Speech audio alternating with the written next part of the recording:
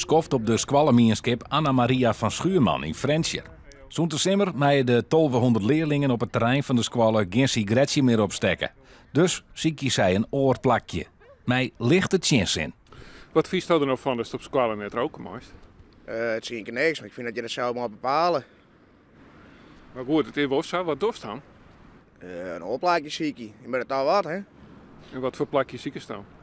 Nou ja, eerst niet meer daar, maar dan mag nog niet meer. Dus dan moet je een oorplaatje zien. Waar dat is, weet ik nog niet, maar dat komt vanzelf wel.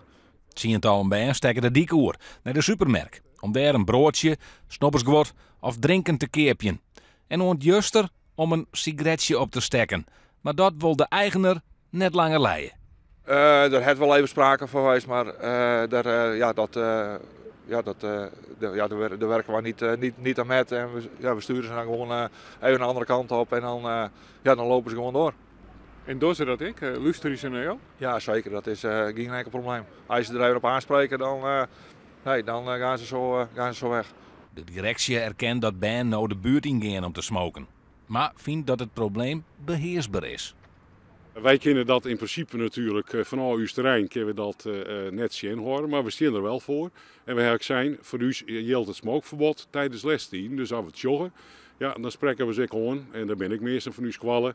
De meeste van de conciërges die er mooi op letten. Dus wij gaan dat net uit de waai. Leerlingen ontmoedig je om te smoken. Dat is de efterlizzende gedachte. Maar Niels is nog net uit joegen. Hoe lang rookst je al? 82, En du bist? 16. Wist dat het heel verkeerd is van je? Ja, alle dingen zijn weer verkeerd van je, dus nou ja, we zouden bepalen. Maak het daar net uit. Nee.